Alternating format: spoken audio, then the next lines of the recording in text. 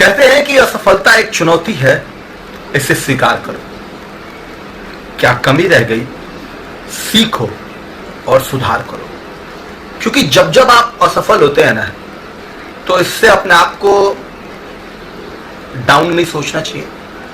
अपने आप को ऐसा महसूस नहीं करना चाहिए कि यार अब हम सक्सेस नहीं हो सकते। क्योंकि जितनी बार आप असफल होते हैं, आप अगर उस चीज में सुधार करके सीखेंगे तो निश्चित तौर पर आप एक टाइम ऐसा आएगा कि आप बुलंदी के शिखर पर होंगे। खैर, ये कहानी तो सफलता की है, बहुत सारी चीजें ऐसी हैं। अब आप सोच रहे होंगे कि मैं आज क्यों आपसे बातें कर रहा हूं। तो आज मैं बहुत खुश हूं इस चीज के लिए कि जब आप कोई चीज करते हैं, कोई काम करते हैं, कोई कड़ी मेहनत करते हैं, जब आप अपने आप को पूरा एफर्ट में झोंक देते हैं और उस पर जब आपको तारीफ मिले, उस पर जब आपको आपके कामयाबी के लिए कुछ इनाम मिले, तो जो हृदय है वो अंदर से बहुत ज्यादा गदगद हो जाता है, खुश हो जाता है। और एक बार जरूर सोचता है कि जो लोग कहते हैं कि कठिन परिश्रम ही सफलता की सबसे बड़ी कुंजी है,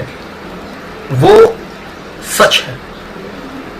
लगभग 2 महीने हो गए मैं अपने दिनचर्या में सबसे बड़ा अगर बदलाव कोई चीज किया हूं तो मैं ऑफिस बहुत टाइम से पहुंचने लगा हूं। पहले मैं बहुत टाइम नहीं था मेरा, ऐसे वैसे ही जाता था, लेकिन उसके बाद मैं ऑफिस बहुत टाइम से पहुंचने लगा, पंक्चुअल हो गया हूं और बहुत जल्दी ऑफिस जाता हूं, काम अच्छे से थोड़ा सा फोकस से कर रहा हूं।